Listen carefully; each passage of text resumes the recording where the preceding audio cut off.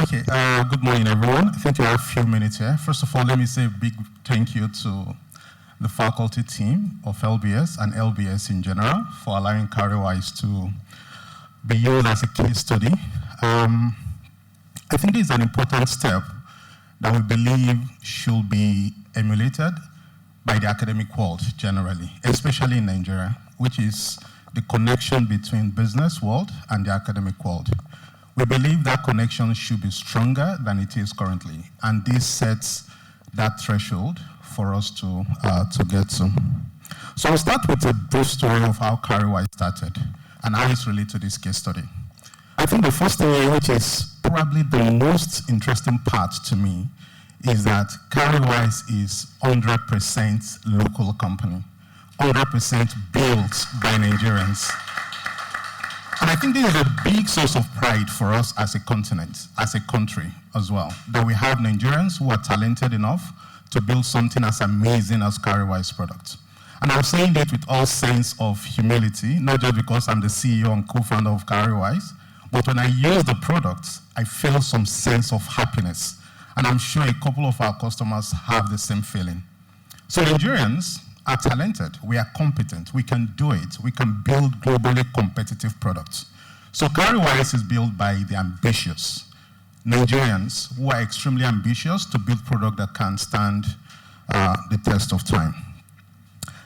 Well, we started with just 2 people in 2017, and today we're a team of about 70. And interestingly, the first staff we employed in 2017 is still with us today as the head of design in Cowrywise. Unfortunately, he's not here. I think he's more shy than the academics.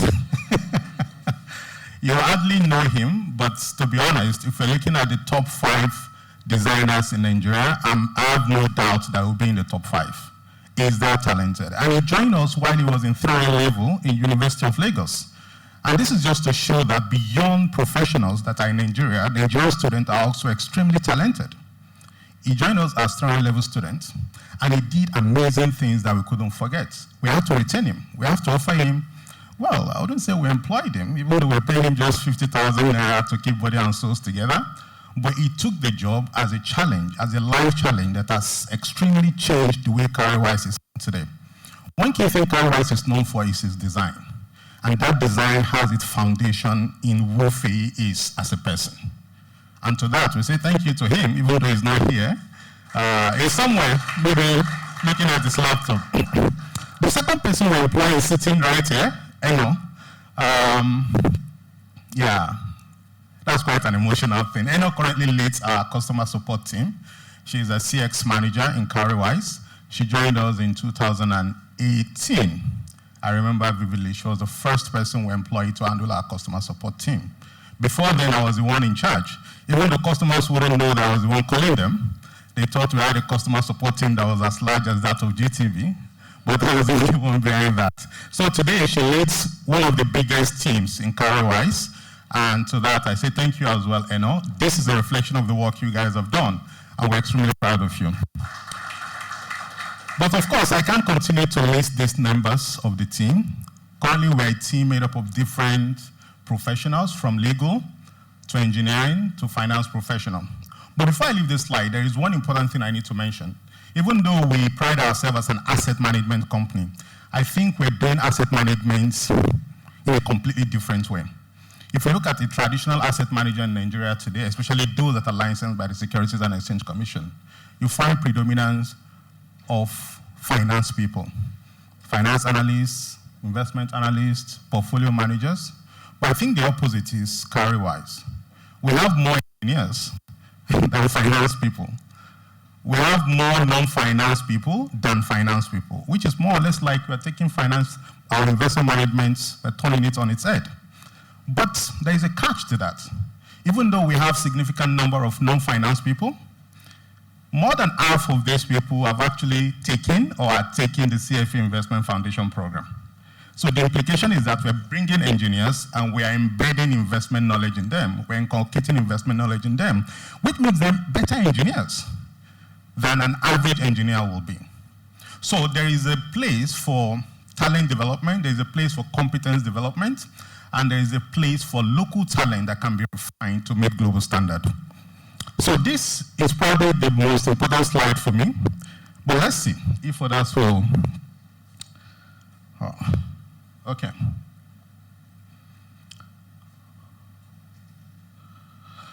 Now, how are we democratizing wealth for all? Because what we are out to do basically is to make investment vehicles, both savings and investments, easily accessible to the mass markets. That has been our objective from day one. But how are we doing this? Let me just run you through a brief timeline. We started in 2017, and that startup gained life on the back of partnership. We had a partnership with Maritime Securities then. We didn't have a license to operate at that point. What we did was to partner with Maritime, a licensed entity, to ensure that we're able to test our product as quickly as possible to know what works and what doesn't work. So Maritime, I think, was our backbone until we came to the limelight of the Securities and Exchange Commission. I remember vividly we had some presentation with we staged presentation to the commission in Abuja, but COVID happened, stalled the process, and in 2020 they wrote us a letter that we had to apply officially for the fund management license. So in 2021 the license was issued. But what matters is that by the time the license was issued to us as fund manager, we've been able to go to the market on the back of our partnership with Maritime. We've been able to test what was working. We've been able to test what the consumers need and what they don't need. And by the time we got our license, it became a lot easier for us to scale what was working. And that was in 2021. That was when we got the license. But in 2018, before then, we had the opportunity of being accepted into Y Combinator in US, and that changed so many things about Cowrywise. I think looking back, without YC acceptance, probably there won't be Cowrywise today. Because before then, we were largely running Cowrywise on our savings, on the back of our savings. And then YC came in. They didn't just give us funding. Well, it wasn't a lot, about $500,000. They didn't just give us funding, but they gave us hope. They gave us that confidence that there is somebody, not just in Nigeria, not in China, not in Europe, but someone in the heart of tech ecosystem in the world believing in what we're building. That to us was more than the funding we got. It was the birth of a belief that we're onto something great. So that reignition of hope was quite material than the $500,000 that we raised at that point. That was how YC came into our life, and they're still in our life today. YC experienced a lifelong journey. We still talk to the partners as on a need basis, and they respond. It doesn't matter if you're in YC in 2016 or 2018. If you have problems, they always respond. Then in 2021, we secured additional funding from Kona Capital. Kona Capital is a global investor focusing in emerging markets, fintech in emerging market largely. So they led a $3 million round on Cowrywise, which formed the basis for us securing our license, actually, from the SEC, because we needed minimum capital requirements to be able to do that. Kona also added significant color to us. It added that global acceptance to us, that we have these global investors who believe dearly in what we're building. And subsequently, we've launched different other products, like the Embed API that allows integration with third party, like Momo, which we completed last year. And this is an important step in scaling the offerings that Cowrywise provides to customers in order to make investments and savings vehicles available to the mass market. And this year, so far, we've launched a couple of other products, but these are just the main ones. We believe that the Nigerian market is extremely young one, and catering for young people, especially helping parents to cater for them, is an important aspect of financial education and financial planning. So we launched Nest, which is basically investment account for kiddies investment accounts, and it's gaining significant traction. There are a lot of other features and products that will be layered on this as we move on. So this is just like a summary of what we've done so far in terms of democratizing access to investment. But in all of this, there are three important pillars upon which we stand. The first is the product. As I mentioned earlier, our product is extremely important, and it's extremely sweet, to be honest. Sometimes when I look at it, I find it very difficult to believe that this product is built by Nigerians, sincerely. That product is extremely important. We have it across different platforms, iOS, mobile, and Android. Interestingly, when we started with just the web version. And there was something in us then that said we wouldn't do any mobile application. Looking back now, that was quite silly. In 2017, 18, we made a decision that we're not going to build mobile apps, that people had mobile app download fatigue, sort of. I didn't know where we got that research from. Ed is sitting here, my co-founder. Probably you led that discussion. But we wanted to write on AI, chats, conversational chats technology. That was the major thing at that point. So we developed a chat app called CC that got integrated with Facebook, and you can actually save and invest right from your Facebook accounts. We've integrated that. So we thought that was the future, that instead of building mobile app, people would rather just invest conversationally via chats.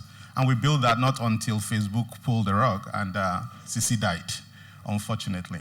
And then we had to make a decision to build a mobile app. And looking back, I think building the mobile app was a solid decision because it looks like the market is still a mobile-first market. So we have mobile app for Android and iOS. Then the second part is community. And this community is quite broad. And this focuses on the partners that we have, not just in terms of partners that are doing something similar to what we're doing, but partners that power our progress, from payments to collection to KYC verification and so much more. Then more importantly, the customers. So currently we are in about 400 tertiary institutions. Our campus ambassador program is in about 400 tertiary institutions in Nigeria. And what it focuses on largely is to help nurture young minds earlier on in terms of instilling solid financial education in them. So they won't fall prey of schemes like CBEX. Because we believe strongly that when people are well educated financially, they can make that choice, that decision themselves. And that's the best way to prevent people from falling prey, even though there is a function of greed in all of this. But even when you fall victim of that as a result of greed, I think it's our responsibility to let you understand that you are falling victim not because you don't know, but you're falling victim because you made that decision yourself to fall victim. So at that point, nobody will be pity. Nobody will show pity towards you. So community is extremely important for us. Then the third part is culture. And this, even though it's at the background, actually holds everything together. The culture of being open, the culture of not silencing people, the culture of allowing people to speak their minds. We've implemented stupid products, stupid features in the past. And we've implemented fantastic features in the past, right? And all of this, to me, I don't think they are any way different, whether the feature is stupid or solid, because we are only looking at all of these things after the fact. What appeared or what resulted in a stupid outcome could have been one of our best outcomes, right? And we've also seen instances where most of our features were based on conversations that staff members are having. So most of the best features we have on Cowrywise app were as a result of conversations by staff members. Not from me, not from Ed, from staff members. So when I say people power Cowrywise earlier on, I really mean it because it forms the bedrock of what we do as a company. Lastly, on culture. I don't think our culture has been static since we founded the company. Because today, when we look at what Cowrywise stands for, there is just a bit of me in it. And there is a bit of Ed. There is a bit of almost everybody in Cowrywise in what constitutes Cowrywise culture. So maybe what we've worked on is to ensure that we bring in people that can help us shape that culture to become something that we love. It could have been the other way around as well. If you employ people who can shape the culture in a negative way, the culture will result in negative outcome. So I think today what we see as Cowrywise culture is a consolidation of individual efforts, from the CEO to the CTO to the first person we employed to the second to the third to the last person we employed. And this is the way we see the culture evolving into the future in the next 10, 20 years. Then today, our customers. I think this is something of pride for us. Currently, we serve about 1% of Nigerian adult population. 1%. Sounds small, but to me, I think it's a big deal, starting from when we had just one customer, two customers saving and investing 100 naira, 200 naira, to serving 1%. And if you could do 1%, there is this mentality in Cowrywise that once you do 1, the next thing should be 10. Once you do 10, the next should be 100. Once you do 100, the next should be 1,000. After 1,000, and we just have to scale 10 times. So achieving 1 is the most difficult. Achieving 10, I think, will be a lot easier from what we've seen. And what are these guys that are banking us or that are giving us money to manage for them? Well, they are Gen Zs and millennials, largely. 92% of them. And we're extremely proud of them because we believe they own this country. They own the future of this country. The most important thing is that if you are maybe in your 60s, 70s, if you don't use Cowrywise, most likely your child uses Cowrywise. And that's the whole idea. I want to be in every household. It doesn't matter if the parents use it or not. If the parents can't use Cowrywise, maybe because we are digital first, then we should be able to serve the children. And that is at the core of why we are currently in one round of more than 400 tertiary institutions, in order to enable young people to have access to viable investment vehicles. But again, these people are building a new generation of investment communities, a new generation of retail investors that we believe strongly can help deepen the Nigerian capital markets and can help mobilize capital for national development. It is extremely important that we mobilize capital, but how we mobilize that capital matters. And if you have average age of Nigerian being 19, 20 years old, then it is extremely important to be conscious of the kind of product we put on the palms of these people, because that is what they become habitual to in the next 10, 20 years. And that's exactly why this job is why I'm extremely passionate about this. So it's not about me or the Cowrywise staff alone. It's about us shaping the investment and saving habits of a generation from now. Average age of our customer today is about 27, which means, on the average, probably they are 4 or 5 years after school. And if you look at the number of years of work they need to do in the future, that means they have like 30, 40 years ahead of us. What do we need to do to ensure that they make right decisions from now into the next 40 years by the time they retire? So the idea is to have our investment products serving customers from cradle to grave, which is why we have kiddies accounts. And in the not too distant future, we'll be launching our retirement plan products as well. Now, we're definitely not doing this alone. And there is something important here. We have partnership with almost all the major asset managers in Nigeria, from ARM to Stanbic, name it. But one thing is clear. These partners are not seeing us as competitors, and we're not seeing them as competitors, even though somewhat we do something similar. We are fund managers, they are fund managers. So how are we partnering? What are we doing? I think the key thing here is to understand the fact that the market needs to grow. We need to bake the pie to be bigger, rather than compete among the small number of people that are currently participating in the capital markets. And that is what this collaboration unlocks. So we have partnership with all of them, and currently we host the biggest or the largest number of mutual funds in Nigeria. About 30 mutual funds are currently on Cowrywise, courtesy of all these asset managers. And what that does is it breeds transparency in the market, and it enables price discovery. So if you're a good fund manager, customers will love you. Before Cowrywise, customers don't have that unified portal or unified platform where they can see the performance of different mutual funds. But with Cowrywise, an average person sitting in Borno can actually see whether Stanbic is performing better than ARM or whether ARM is performing better than Cowrywise. That price discovery is extremely important when it comes to deepening the market and ensuring efficiency. So, in doing all of this, from people to product to culture to community, how have we been growing? This is an extremely important slide to me as well. And this gives me hope in terms of where we are likely to be in the next 10, 20 years. Over the past 6 years, we've been growing at 10 times. That 10 times is extremely important to us as a culture, as Cowrywise. We've been growing 10 times in 2 to 3 years. So every 2 to 3 years, we grow 10 times. And what this simply means is the growth becomes unreasonable to us at some point. And it doesn't mean we're doing a lot more work now than we're doing 6, 7 years ago. Maybe we're doing less work today compared to 7, 8 years ago. And this gives an insight into what time can bring. If you're solving the right problem and putting in the right effort, it takes time before outcome can be seen. But when the outcome starts tripping in, you may not be able to explain where your growth is coming from. But it's as a result of all the efforts you've put in the past. And that is compounding at work. So in the next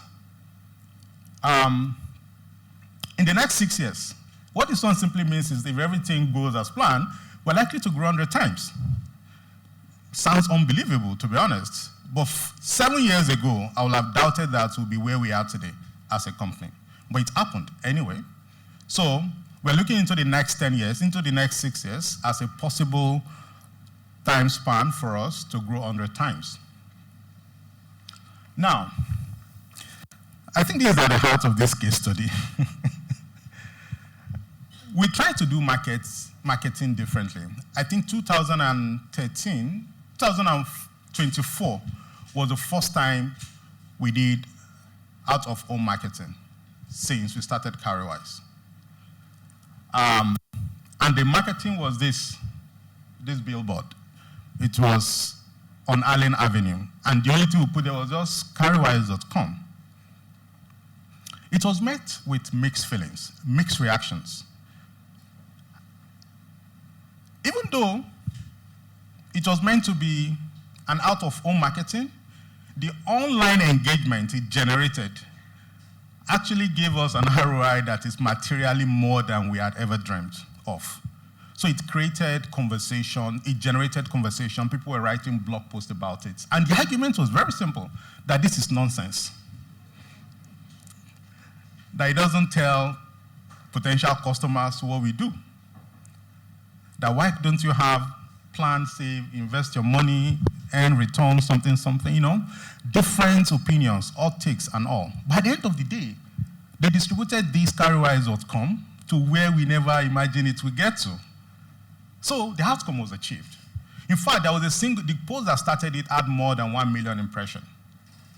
We could have paid millions of naira to generate that alone. But we generated it anyway without paying a dime.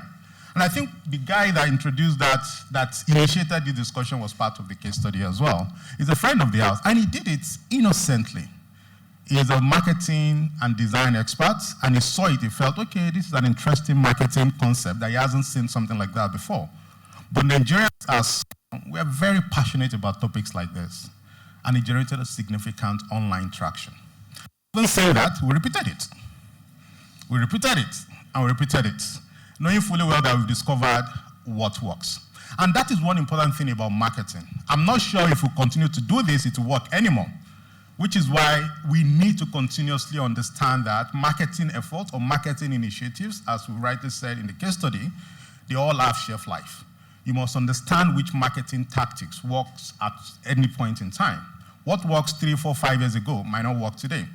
I remember clearly, after YC, after we raised $500,000, we had money and we wanted to do marketing. We felt we should grow very aggressively. I remember clearly at that point, we were spending $1,000 monthly on Google Ads, $1,000 monthly on Google Ads. And I remember that vividly because our colleagues in YC were spending about $100,000 monthly on Google Ads. I said, okay, let's do $1,000. We raised $500K. You don't expect me to spend $100,000 on Google Ads in a month. So we started with $1,000. But that $1,000 achieved significant results because with $1,000, we usually the #1 trending finance app in Nigeria.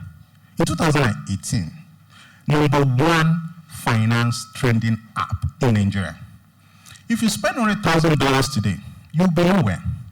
Nobody will even see you because that space is already saturated. We've also tried or experimented with several other marketing initiatives like referral program and so on and so forth. All I'm saying basically is that the shelf life of marketing tactics is quite short today. Innovation happens very, very fast. And what worked 4 or 5 years ago won't work today. I've had instances where traditional asset managers were trying to do digital version of their app called asking how much do we spend on marketing. Now, if I have to tell you the truth, I'll tell you we started with $1,000 monthly on Google Play Store, and it worked for us. If you want to draw insight from that, you can repeat it. If you repeat it, I'm 100% certain it will work. So we all need to understand that marketing has an important shelf life that we must pay attention to. Then, how did we navigate our path to profitability? I think one thing I'm extremely proud of about the Cowrywise team is we've been significantly capital efficient. I think we started making money from day one, not profits. At least we figured out how to monetize the products and services that we offer from day one. And that was born out of our work experience. I've worked in investment management industry before. So it was pretty easy for us to understand that to offer this product to customers, this is how we wanted to monetize the service. But it took us about 2-3 years after we secured our license from SEC to turn profitable. And on the average, for fintech companies, the profitability timeline between 3 to 8 years, depending on the vertical. We're able to do that in about 2 to 3 years after securing SEC license. So yes, we are profitable today. And that is one important thing that keeps us going, that we have a product that we designed and built that customers love to use, and customers are happy to pay for it over the years, to the extent that the amount customers are paying for it is more than the amount we're using to serve them. And that is the way to build a sustainable business, beyond focusing on metrics that may not have direct correlation with sustainability of the business. So this is extremely key. Yeah, we're profitable. We turned profitability in Q2 2023. And we've never looked back since then. And we don't intend to look back, because with this, it means we have our future right ahead of us. We have that optionality to define what we want. And we almost died twice. And I don't want that to repeat itself anymore by running out of money. We could have died if YC didn't come. And we could have died if Kuna didn't come as well. But I don't want that to happen anymore. And so this defines the kind of strategy we employ. We have to be profitable, while at the same time ensure that we grow as much as possible. So what are we doing with our profit? After turning profitable, yeah, we're not sharing it yet. So what we're doing basically is to reinvest it. We're investing the profits to ensure that we scale our impact, we grow faster, and we change the industry as well. The industry needs change. And when I say the industry needs change, this is how we can contextualize it. The banks have been around for more than a century. And the total number of customers that the banks have today is in the region of 70 million unique customers. And you have big companies like GT, Zenith, Access, defining the landscape in the banking industry. You can't point to similar size companies in the investment management industry. And you can start from the number of customers that are in the investment management industry. There are not many. In Nigerian Stock Exchange, for example, NGX, there are less than 500,000 active retail customers on the NGX. That shouldn't be. What do we need to do to ensure that we have, even if it's just 10% of banking customers trading on the Nigerian market? That is the work ahead of us. Even though we've been able to navigate the path of profitability, we don't think this is the destination for us. The destination for us is how do we change the industry structure to ensure that millions of people have access to prosperity-generating investment vehicles, not just through Cowrywise, but through the entire industry. And this is our job over the next 10 years. Thank you, and I appreciate your time.